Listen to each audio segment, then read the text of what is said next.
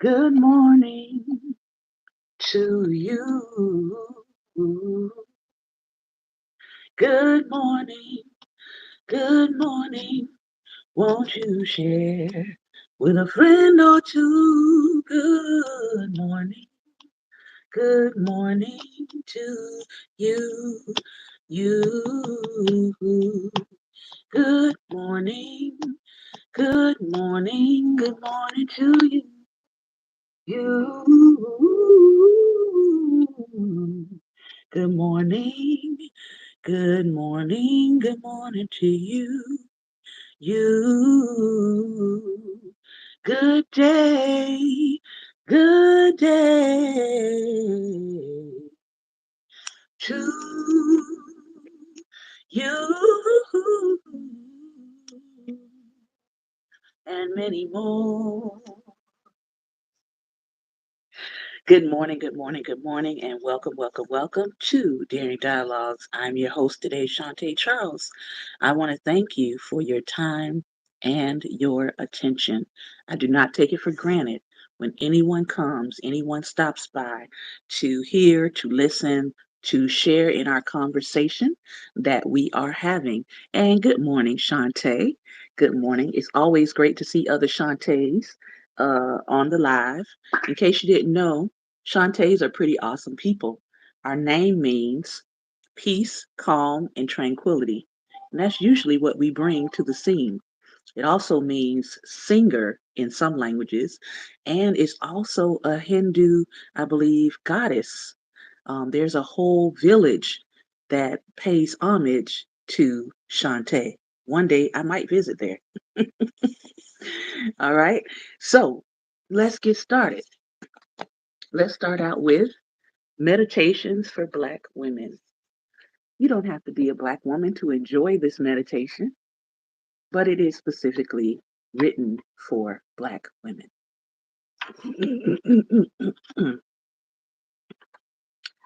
Today's devotional is Believe in Your Dreams. Believe in your dreams. Lupita Nyong'o said this: no matter where you are from, your dreams are valid. Meditation. I must continue to believe in my dreams, even if they seem unbelievable. Reflection. When it comes to having big dreams, Black women are the queen of this. Not only are we high achievers, we are dream crushers. As the world overlooks our aspirations, we do not. We remain steadfast and push forward toward the goalpost. There is not a goal that we usually do not meet, especially when it comes to the fields of education and our career. We clap and we make moves. But the truth is, believing in yourself and your goals is easier said than done for anyone. The structure of the world conditions you to think that what you want is not within your reach and never will be. There's a lack of representation for Black women in many industries.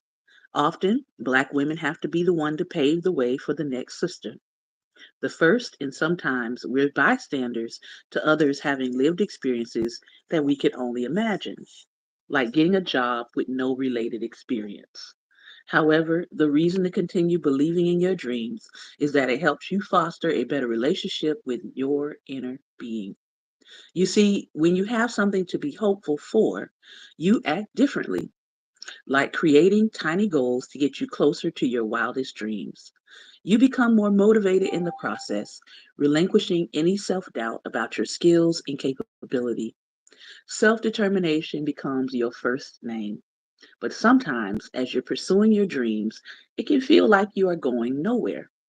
Don't be discouraged. It is always better to be prepared for when your dreams finally come true into fruition. You won't mess up your blessing, you'll be successful. Taking action. Ask yourself this today: what is your wildest dream and what are you doing to work towards it? Think of something small that you can do this week to get closer and closer and closer to that dream. One of the things that I do on a weekly basis is I set weekly goals towards things that I want to improve. So whether that be my client relations, whether that be um, new clients, gaining new clients. And I notice that every time I write my goals down and I speak my goals out loud, they tend to work out for me. They tend to come to pass. But those weeks that I kind of meander through and sort of skip writing things down, my week feels a little chaotic. I wouldn't say chaotic as like in out of control, but I do notice that there's less of a smoothness to my week when I'm not being more specific about my goals. So that's one thing I can tell you that I have seen a marked difference in when I'm actually being more specific about my goals and writing down things that I want to do for the week versus just hoping that those things will happen. All right. So that was our devotional today. I hope that you enjoyed. Now we are going to get into the second book that I said that we're going to preview today, and we'll be reading these books on Fridays. So before we get into that, I do want to say shout out to these new authors.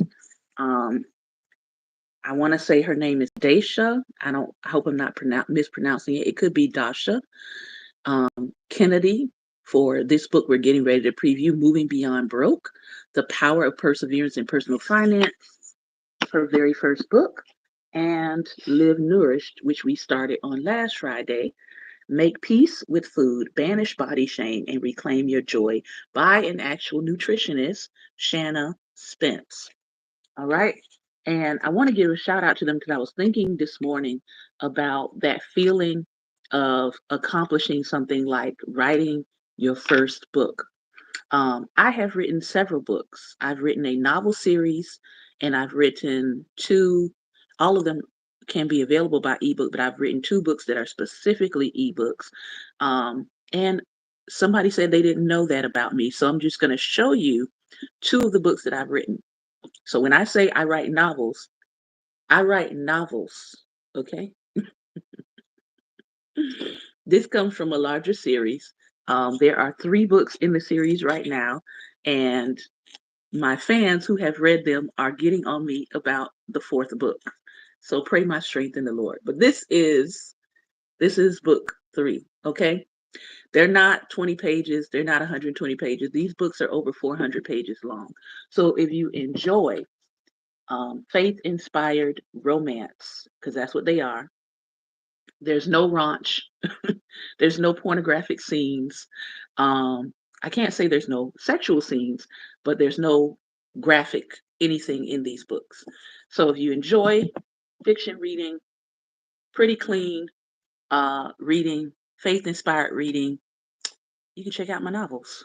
All right, wherever books are sold. So let's get into previewing this book. As I said, when we preview, we look at the cover. I think this is a great cover, great photo shoot, nothing blurry. And then we look at the back. Now she doesn't have a back description, but she does have recommendations of her book from different people, which is cool. And then her copy is on the inside panel. So let's take a look. Let's take a read.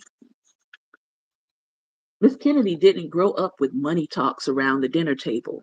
By 15, she had learned bad money habits that kept her broke. By 19, she realized the standard advice from mainstream money experts wasn't meant for young Black women like her, who were barely scraping by while still struggling to overcome decades of historical financial oppression. So she started educating herself and launched The Broke Black Girl to teach others what she had learned over a decade of trial and error, and of course, practice her own personal finance advice in public. Now, you can find her online on Facebook, I believe, and also on Threads, and I think also IG under her name, The Broke Black Girl. She grew a rapidly expanding community of women who were eager to create financial stability for themselves and their families, no matter their starting point. Now, in Moving Beyond Broke, Kennedy shares her own money wins and mistakes while giving you down to earth tools to take control of your financial future. Whether you want to get out of debt, learn how to invest wisely, or finally set up a budget that actually works, this book is for you. No jargon, no judgment, just a whole lot of grace for the human and proven practical steps that you can start taking today to ditch the shame, build generational wealth on your terms, and become financially independent forever. And I like the fact that both of these women are talking about ditching the shame. So whether it's ditching the shame around where your finances are, or whether it's ditching the shame that is often attached with diet culture, with wellness. Um, I told my husband this the other day because my husband is really big into wellness and fitness. I told him, I said, a lot of times these platforms that I see when people are calling themselves motivating people to do better, it's often through the lens of shame. Like, I don't want somebody to try to shame me or try to be condescending or try to talk down to me, thinking that that is what's going to motivate me to do better, because it doesn't. So I really like the fact that both of these women are trying to um, tackle these topics with grace for people rather than shame. All right. And then in the other side of her jacket cover, there she is. And she is a Georgia based financial activist and the creator of The Broke Black Girl. And she has an award winning digital community where she teaches real life personal finance strategies to everyone overlooked in traditional financial circles. All right. Let's see here if she has for her setup. And she does have hers set up with a table of contents. Okay. And she does have an introduction, which we'll get to in a moment. She has an about the author page, and she has an index, which is great. Let me get to that. So she's got an index in case you are looking for specific topics. You've read through her book and you want to get to a specific topic, you can look back in her index and go directly to that page. She also has an acknowledgments page. Now, she doesn't have a research page like Live Nourished does, but she does have the index, and that is really good. All right, so let's start today with, now that we've previewed Moving Beyond Broke, let's go back to Live Nourished, where the author was telling us how she got into the field of nutrition. So that's where we were. We are still in her introduction. And I think it's important sometimes to read the introduction to see where people are coming from before we dive into their actual writings.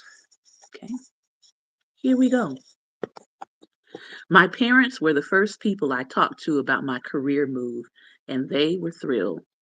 They had hated the fact that I worked in fashion, so their daughter now investigating a career change was a most welcome idea. God bless my mom, who started doing her own research on nutrition careers. Like I said, they were ecstatic and found out there were people called dietitians out there and they had legitimate degrees. So, to make this work, not only would I have to go back to school, but I would have to take additional prerequisite classes to get a degree in nutrition. Some further digging revealed that once I graduated, the road only got steeper. According to Google, I would have to try to get into an internship program with a match rate of 49% to get my experience. And that internship would almost certainly be unpaid. I would probably last close to it, and it would probably last close to a year. Then I would have to pass a national exam to be licensed. Well, that 6 week nutrition certificate was looking really tempting, let me tell you. But I took the plunge and went all in hopes of becoming a dietitian.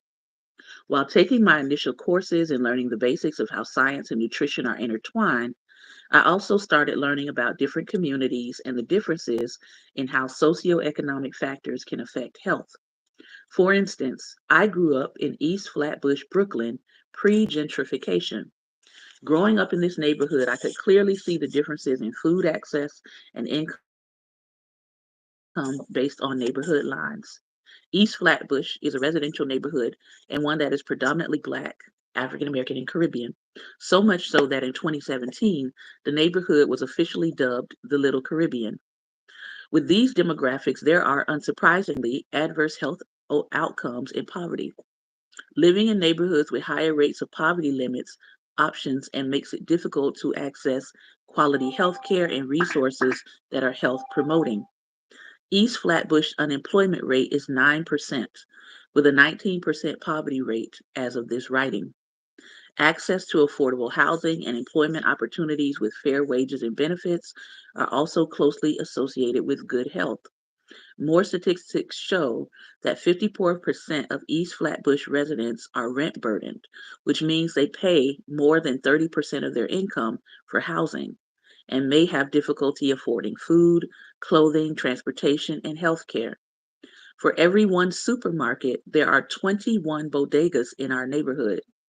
For those who are unfamiliar, the bodega can be described as the heart and soul of New York. You want a coffee and a buttered roll on the way to the subway? Stop at the bodega. Do you need to grab a can of corn for a recipe, but you're short on time? Stop at the bodega. I have memories of being in middle school and having $1 and coming out with a flavored water that cost 25 cents, a bag of potato chips, and a candy bar. Now, down south, we would probably call this the corner store. Yeah, I would compare them to that because I've been to New York and I've been to the bodegas. Now, that was back in the day in the 90s, so I'm dating myself, but I digress. As great as they are, bodegas do not have the same options and assortment that many supermarkets provide. This is vital because social determinants of health play a role in health outcomes.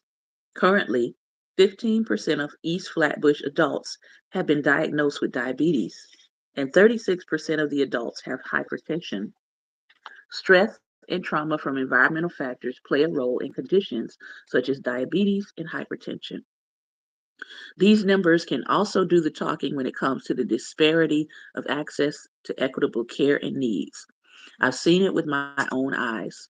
My mother used to travel once a week to the nearby neighborhood of Park Slope, a 20-minute drive, just for the more diverse grocery options. Why were things better there? Demographically speaking, Park Slope has a higher number of white residents. For every one supermarket, there are 12 bodegas compared to the 21 in East Flatbush. And for what it's worth, there aren't just fewer bodegas, there are more supermarkets. Need more stats? 10% of Park Slope residents live in poverty and 6% are unemployed. Meanwhile, 37% are rent burdened compared to the 54% in East Flatbush. Looking at health statistics, 6% of residents have diabetes and 22% have hypertension. And this isn't simply a Brooklyn thing. There are comparisons to be made across the country between primarily white neighborhoods and neighborhoods that mainly house persons of color. I guarantee you that there are hundreds of thousands of similar cases. These are systemic inequities and inequalities that, quite frankly, can be discussed at length in another book, but know that they exist. Now, as she's talking about this, it's making me roll back and think about my own observations that I've noted in the communities that I've lived in. For one, the community that I live in now, I would say within a 2 mile distance, there is a local grocery store, a Weiss groceries, and Aldi's, a Lidl, which is the new German grocery store. There is a um, Giant. I'm thinking within a two, yeah. So that's 5 different grocery stores that we have options to go to. 5 within a 2 mile radius. 5, not one, 5. And we have a farmer's market on the weekends, on Saturdays and Sundays, where you can go maybe a hop, skip, and a jump from where I am, go to the farmer's market pick out fresh fruits, fresh vegetables, farm ready items. That's not the reality for a lot of people. So when people get online and they are sermonizing to people about how they need to eat more healthier, right? You have to take that into account. Now, about what, let me see, 5, 6 years ago, I lived 5, 6 years ago, I lived in a different community, and there was within a 2 mile radius, there was one grocery store, one. But there was plenty of fast food. And there was absolutely no farmers market at all. There wasn't one offered at all. So it does make a difference. Your community and where you live does make a difference in your overall health and health improvement.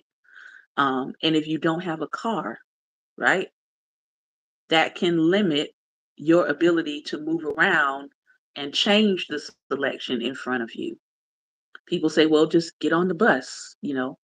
But some of the places that I lived didn't have a bus system. When I lived in a rural area, there wasn't a bus system that went out to our area at all. You had to have a car if you wanted to really get around. So I appreciate the fact that she is talking about this in terms of what is actually happening in a community, what's available in a community, and then how that is connected to your health outcomes in your community. I'm going to read one more section and then we're going to move over to Moving Beyond Broke because I do want to begin her introduction. So, when I went back to school for nutrition and started studying community health, I wasn't surprised to learn about the chronic disease disparities within neighborhoods with very different incomes. I was a first-hand witness to it. While I was writing a paper about this very topic for class, I realized this disparity was at the heart of why I wanted to become a dietitian. I really wanted to make a difference. I had lofty dreams of giving back to my community, intervening in the area of nutrition education, and spurring a movement toward healthier eating. Unfortunately, this meant thinking I would promote weight loss. I believed that weight loss meant making my community healthier because thinner was better. I had BMI, body mass index ranges, and cutoffs memorized down to a tenth of a pound, and I was proud of that. That's the thing with a diet culture mindset. Even though you see how certain aspects are unattainable or unsustainable, the narrative of an ideal body is still perpetuated. Thinner equals healthier no matter what. And while I still wanted to help my community, this mindset was steeped in healthism and orthorexia, placing responsibility on the individual. Healthism is a dangerous belief that situates the problem of health and disease at the level of the individual. Solutions are formulated at that level as well. Health at every size? I'd never heard of it. And even if I had, at the time, I wouldn't have believed it. So we'll continue her introduction next week. All right, let's go to Moving Beyond Broke and learn a little bit about our next author who's dealing with personal finance.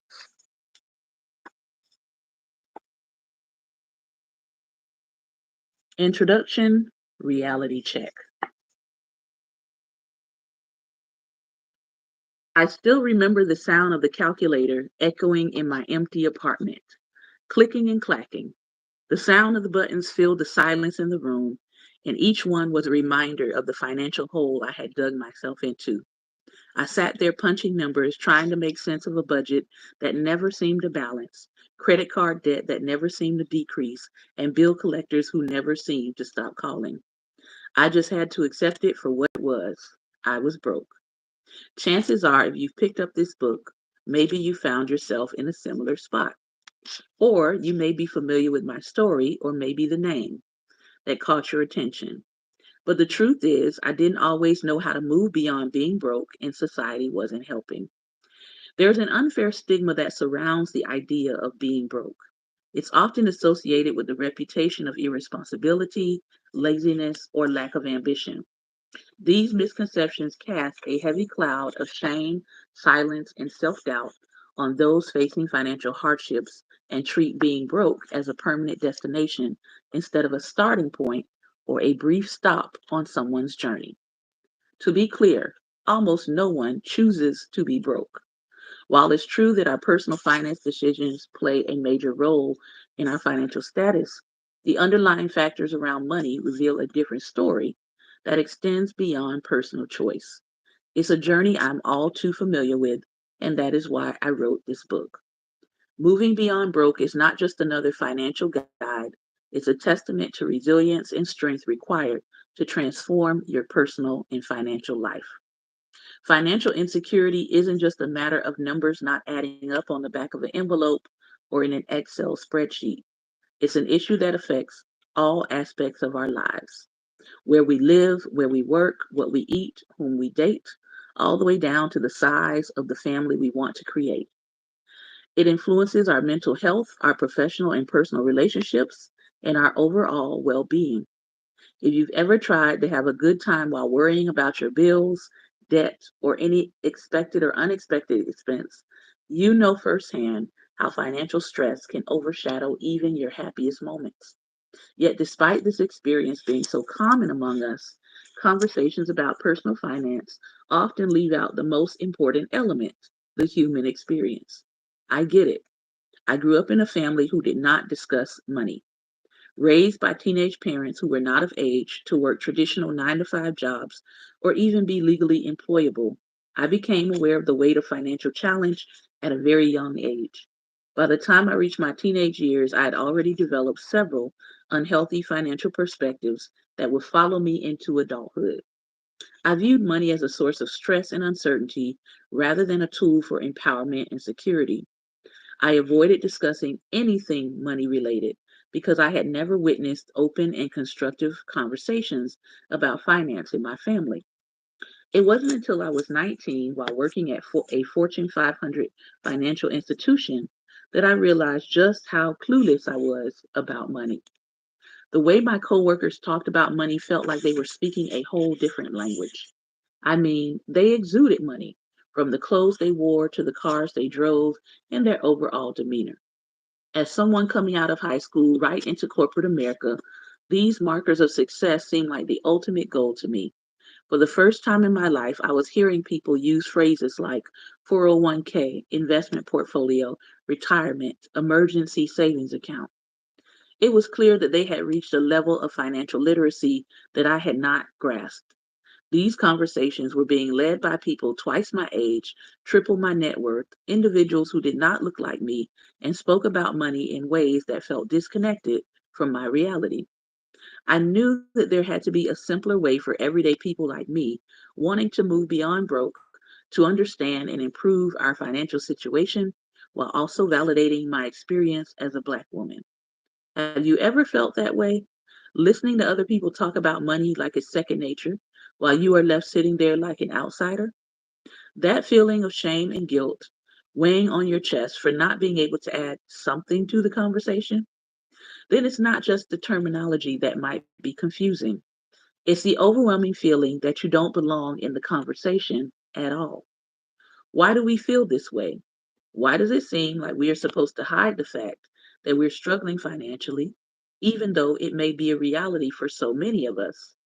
The societal pressure to appear financially secure or financially literate can make us feel embarrassed about our lack of money and knowledge. Yet being broke isn't just about lacking funds in our bank account. It often goes deeper than that, touching on the lack of privilege, missed opportunities, circumstances surrounding your upbringing, and sometimes the absence of money. The way society talks down to people for being broke only adds to this burden. It is as if we are expected to pretend to live beyond our means to appease other people and be too ashamed to admit our financial status, to seek help, or maintain a facade of financial well being, even when we are struggling to make ends meet. This type of pressure can drive people to overspend while attempting to maintain a lifestyle they can't afford, or exhaust all their resources just to survive. The fear of being seen as financial failures pushes many people to conceal their true financial reality. However, I do not believe that being broke is a result of personal failure. It's often influenced by larger issues like low wages, stagnant wages, discriminatory practices, and inequality, as well as our personal choices. The stigma surrounding being broke blinds us to these issues and prevents broader conversations about them. The idea that everyone can achieve financial success if they just work hard enough and stay disciplined ignores the reality that many are working hard and staying disciplined while navigating the world with far fewer resources, many of those resources being aggregated at the top. So, where do people who are behind the starting line go for financial advice? In 2017, I created an online platform called The Broke Black Girl, which became a safe space where we could talk about these real money issues without feeling embarrassed. Why was it important for me to create a safe space for personal finance for Black women? Historically, Black women have been underserved in financial education.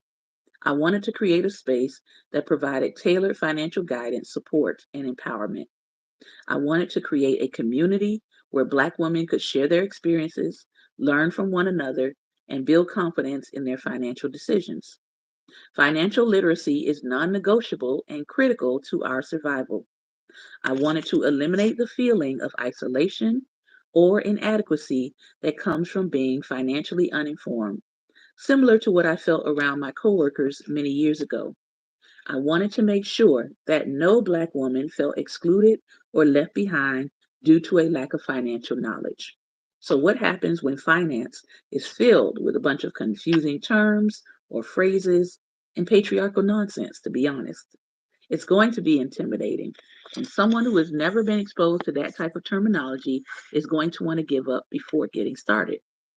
So, right there in a private Facebook group, we tackle real life financial scenarios like saving with a limited income, having a multi generational living, generational support versus generational wealth, planning for retirement on a tight budget, navigating public assistance programs, single parenthood finances, 9 to 5 gigs after the traditional 9 to 5 job, rebuilding credit after a setback, and stretching limited resources to make your ends meet. Let's just say the negative perspective surrounding being broke found its way into my online community as well, despite how impactful we were. So impactful in that the last few years, through my platforms, I've reached over 42 states, 69 countries, and achieved a membership base of almost 500,000 women. In addition to my website and social media, I started working with the public school system to offer financial literacy to school aged children with in person events. I have empowered over 3,000 attendees to financially support 100 plus Black women owned businesses, generating more than $100,000 back into my hometown, and an online debt elimination challenge that helped hundreds of women collectively eliminate their debt balance of more than 1 million in 45 days. Yet I still heard countless voices advising me to drop the word broke from my name, but I refused. Broke was my starting point, and I wanted to acknowledge that. And I sure wanted people to know that me being Black played a part in that too. I wanted to create a space centered on understanding the reality of your circumstances and creating a personalized plan for growth. This was a space of acknowledgement and acceptance, not defeat. This was me saying, this is where I am, this is who I am, and that's okay. I was reclaiming my narrative. In this book, not only will you find practical advice on budgeting, saving, investing, and paying off debt, but I will walk you through my experience with money. From as early as I could remember, every hardship in my life can be traced back to one thing: money. And as a Black woman, my financial journey has been uniquely challenging. Together, we're going to go on a journey to dissolve the negative notion of being broke and redefine it as a starting point from which we can build and grow. In this book, you'll find a mixture of my personal story and practical financial strategy. We'll examine the emotional and psychological aspects of money, the deep rooted impact societal expectations have, cultural backgrounds, and personal beliefs have on our finances, and how your upbringing shapes your financial behavior and decisions. You will learn to set realistic financial goals, invest wisely, manage and reduce debt, budget effectively, and save your money. Throughout my story, you'll see how perseverance has been a driving force in overcoming financial barriers and how it can be used to achieve financial stability. This isn't just a book about numbers, it's about making money less intimidating, redefining what it means to be broke, and transforming it into a powerful starting point. By leveraging the power of perseverance, you will discover your inner strength with strategy to move beyond broke through personal financial advice. Let's get started. All right. So she's got a shorter, definitely a shorter introduction than the last book, but next Friday we'll be reading both of these. So we'll spend part of our time reading Moving Beyond Broke and part of our time reading Live Nourish. If you want to read along with us, I believe you can find these books on digital platforms as well. Um, if you're like me and you're into the Libby app or the Libby platform, you might be able to find these books there as well. So if you're not at the place where you can go purchase them, try to find them at your local library if you want to read along with us. Check them out. Your library would definitely approve of and appreciate the foot traffic or pick up the books. All right. So I'm going to stop here for today and I'm going to hopefully bring on my talkback friend here, Pastor Ben. And let's see,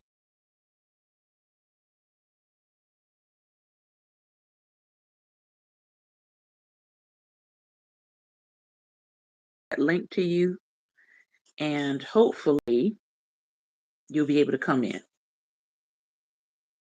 We're gonna cross our fingers because it hasn't been acting right all week. So we're gonna see if it acts right today. And while we're waiting on that, today marks the anniversary of the passing of Martin Luther King Jr. Make sure you check out something today around that. I believe his daughter's page, Bernice, I think it's Be a King, is her Facebook page. I know she's probably going to have something on there, but try to find something today to read and reflect on. I've posted something also on our Black Table Talk page about it. Um, but spend a moment today reflecting on what his passing meant to this nation. Um, the thing that I thought about was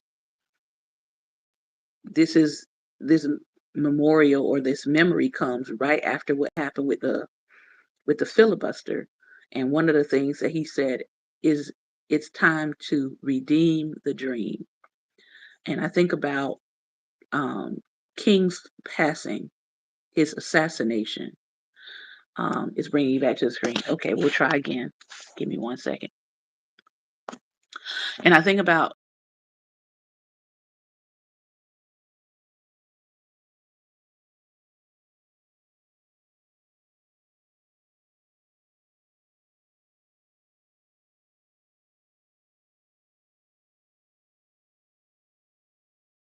there we go.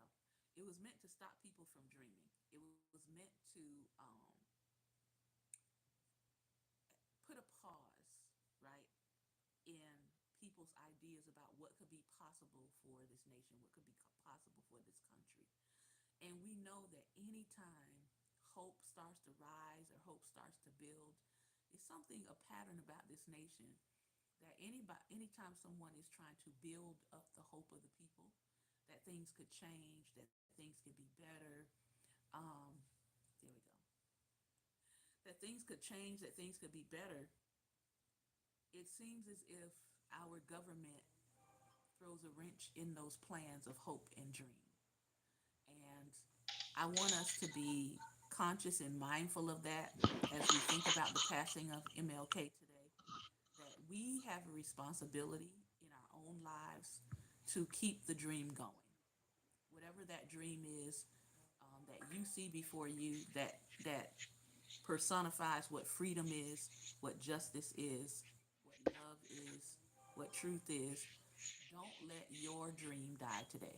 That's going to be my encouragement to you. Pastor Ben, Good what you morning. thought about to good morning. Tell us what you thought about today's topics. One being obviously the food availability and access in the community, and then the notion of being broke and moving from being broke. I've been broke a couple of times. Okay. Me too. Me too. Me too. Me too. There's nothing There's wrong nothing with wrong being with broke, being broke, especially depending especially on your depending on your situation, situation. Mm-hmm. because there were Because plenty, there were plenty, plenty plenty that were brought that were out. brought out. Mm-hmm. And let's be Let's be straight. straight. Okay, black Okay, people were black broke people by were broke by design. design. Ooh-wee. Somebody need to type that in the chat. Straight up. Broke by Straight up. design. Our Our government, that government, was our that was our government's government's plan. plan. Mm-hmm. The The reparations we were reparations we supposed were to supposed to receive, receive, we didn't we get it. didn't get it. Our government was hoping that we would die off. Our government was not rooting for everybody black. Okay. Our government was hoping that releasing black people with zero help, clothes on their back, sometimes no shoes on their feet, with their children, no money, no food, no shelter, just released into the wild like the beast they thought we were, right? Hmm. Can I preach a little bit? Go ahead. Go ahead. Released into the wild in the hope that we would just starve. In some cases, down in the Devil's Punch Bowl, I forget the state that's in. I think Louisiana or Mississippi, one of them. Down in the Punch Bowl, they created some of these concentration camps and held people against their will,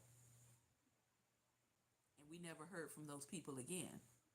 So in some cases, not only were they just releasing us into the wild, but in some cases they were putting some of us in camps and trying to eliminate some of us after everything that went down. So you have Hmm. a government that never believed in our life and sustainability outside of the system of enslavement. You have a government that literally called us the Negro problem. Hmm. And it's 2025 and they still think we are the problem. They still think we are the problem. When But we're as actually they the We're actually solution. the solution. but as they have removed us, right? As they have come up with the non boo boo campaign of removing us and thinking they're doing us the harm. No, the true harm is happening now. The true the true reality of where America sits in the eyeballs of everybody else is happening now. The true reality is other nations are looking at you all and saying, if you can't treat black people right, who've done nothing to you but tried to serve in a country that their ancestors didn't ask to be brought to, but nevertheless, they made orange juice out of lemonade, out of lemons, okay? Hmm. If you can't do right by those people, who can you do right by? See, that's the green light. That's the alarm that's coming on. If you can't do right by them, we know good and well that your word to us is trash. Hmm. It's trash on every front. are harming your military veterans, if you are harming the elderly, if you are harming children whose parents have passed away and they were collecting Social Security because they had no parents, and you snatching Social Security, your word around the globe is now trash. And like Canada said, we have come to understand the truth and the reality of where we are. And so we finna move in this new truth and reality about our neighbor. We have come to understand that these people have never seen us as their neighbor.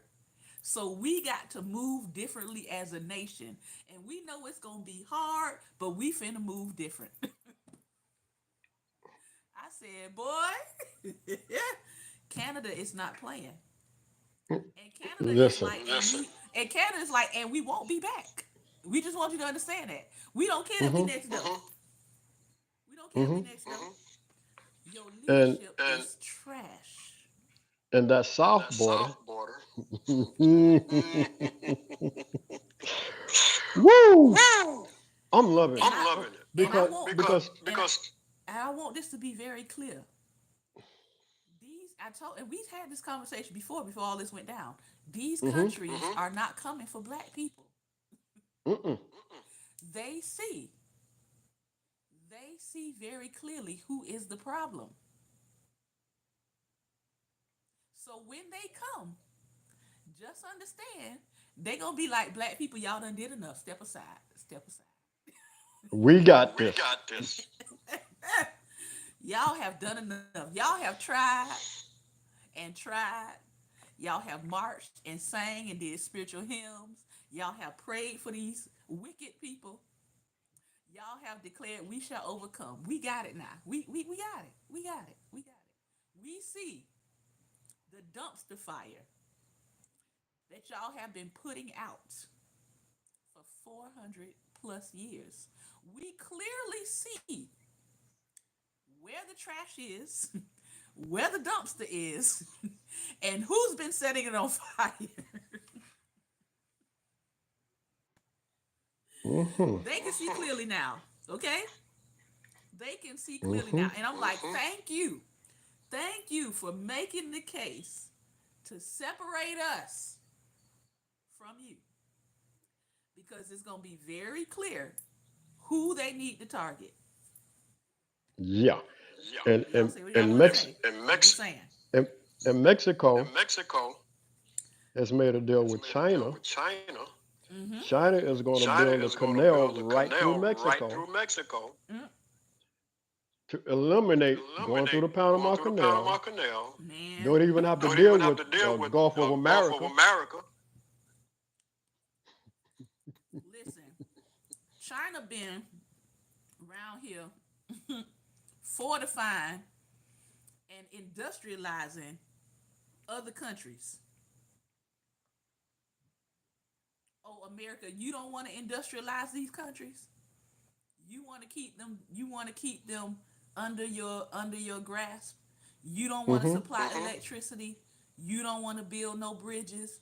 You don't want to build help them get no roads. You don't want to build no dams. Okay, we got it.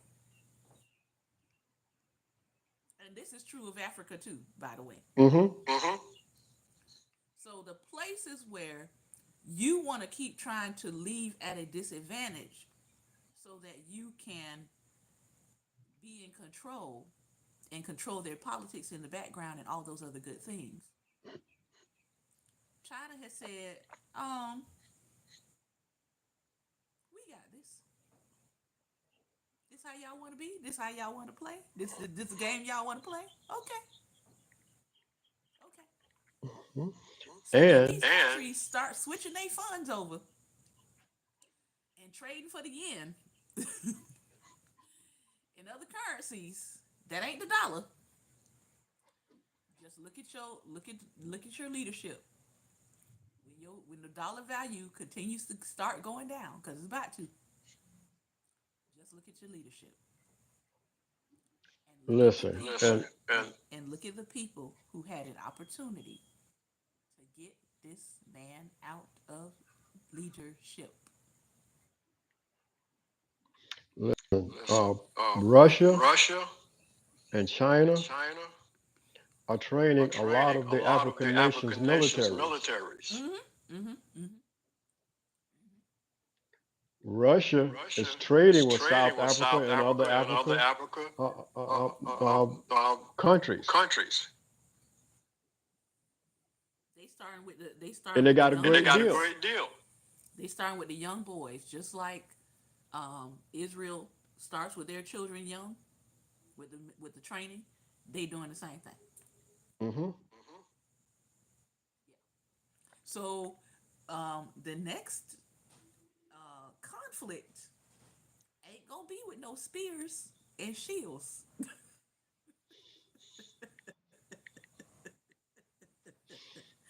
America has this um, idealized or romanticized version of what it means to fight or to go against and conflict African nations. We still have that mental picture of, oh, they're they're wearing their tribal garments and they just have these spears and these shields and they're no match for our prowess. But we not paying attention. Uh-uh. And I'm gonna just say it like that. I'm gonna leave it there. I'm gonna leave it there. We're not paying attention because if we try it, it's gonna be more than spears and shields. Hmm. I don't think we're fully prepared to understand that people have had 30 to 40 years to start fortifying themselves against our weaponry. And so everybody's not showing their hand. They gonna let you run up. They gonna let you think that you got the upper hand. They gonna let you run up over there and see that you don't. Hmm. And I hate to see our soldiers get sent into something that they gonna have to come back and say, we need a bigger budget because these nations are not showing their hand. I don't know what we think is going on, but these nations are not showing their hand. And if you've been paying any attention to some of the military reports about our out of date equipment, our torn down equipment, our equipment um, that we're sending over to other people. We're sending them our outdated stuff, but these people aren't crazy. They just take it apart and see how you built it, and then they rebuild it with proper materials. So this notion of, oh, we're sending them our old stuff and they're going to use our old stuff. Come on, people. Come on. Let's use common sense, okay? Let's use common sense. Go ahead.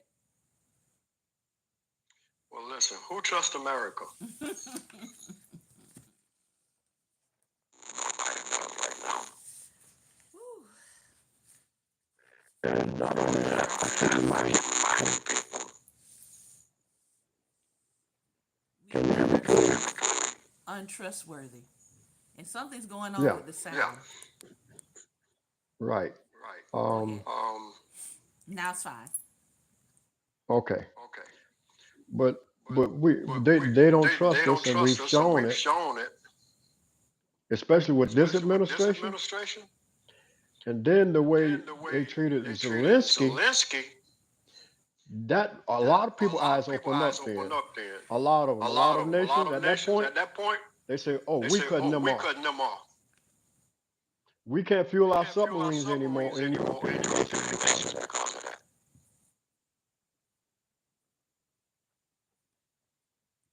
Yeah. I'm like, You made a deal. You made a deal with them.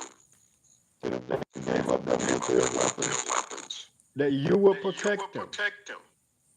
Now you want to make a deal like, "Oh, we doing you a favor. We want this from you, or this is going to cost you. That wasn't the deal.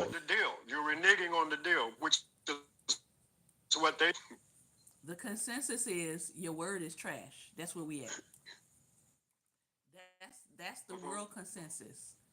The word is trash. Now that we realize the word is trash, at Hmm. least it's gonna be trash for the next 4 years because these people are not trying to impeach him. What do we do?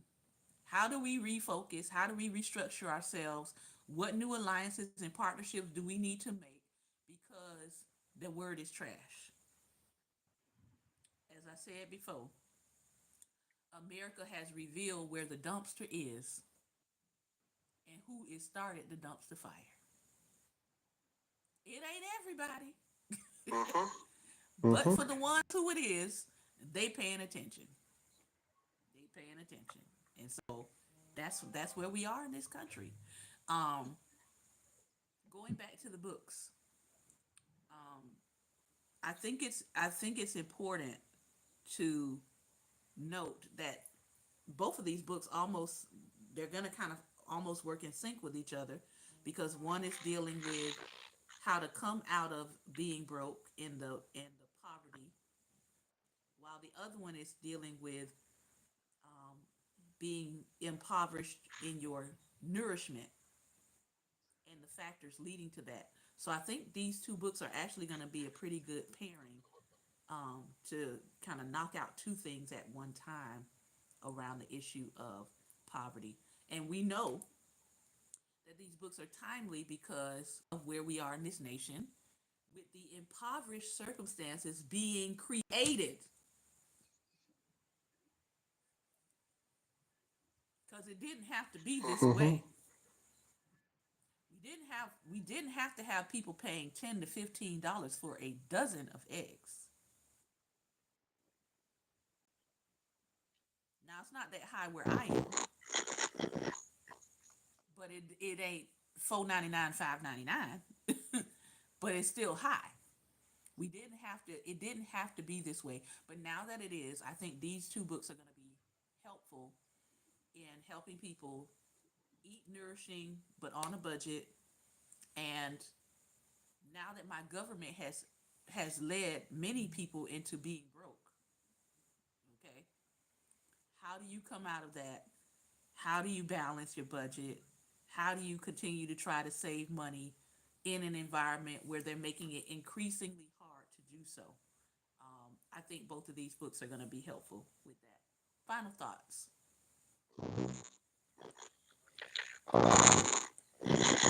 You might.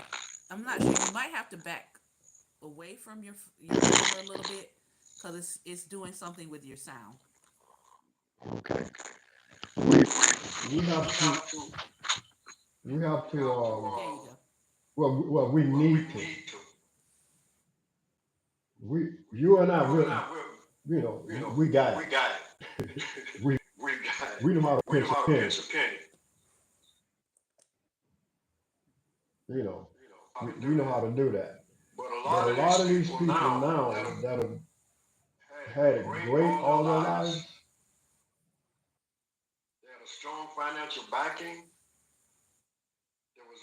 Hmm. y'all need to know some of us is want some survival Yeah. Yep.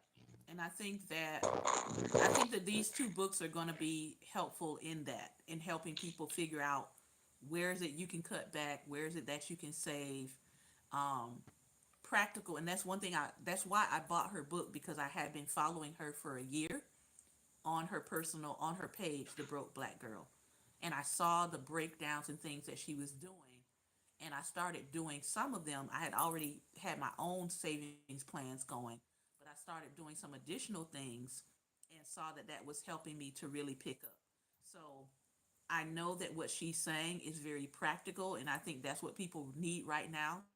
They don't need lectures, right? They don't need people pointing the fingers. They need practical solutions, and I think that both of these women offer those. So that's where we are. Pastor Ben, I want to thank you for your time and attention today, and thank you for those of you who stayed and listened, and those of you who will catch the replay and share this broadcast. What I do know is that YouTube is taking 24 hours to review my videos, as if I am the far right people that actually need their videos reviewed for 24 hours before they release. But that's what's happening. So you will not see this video come up fully until tomorrow. All right. So after we go off live, not Facebook, YouTube holds my videos for about 24 hours before they actually release live. Isn't that something? Isn't that wonderful? We get the extra scrutiny. I mean, there's only 4 or 5 people watching us live, but we get the extra scrutiny um, because of what we share. Quite interesting. All right. But I want to thank you for your time and attention. Remember, light is the most daring opposition to darkness. So continue to go out and be what, Pastor Ben? Light. Light. Take care, everyone. Be well. And most importantly,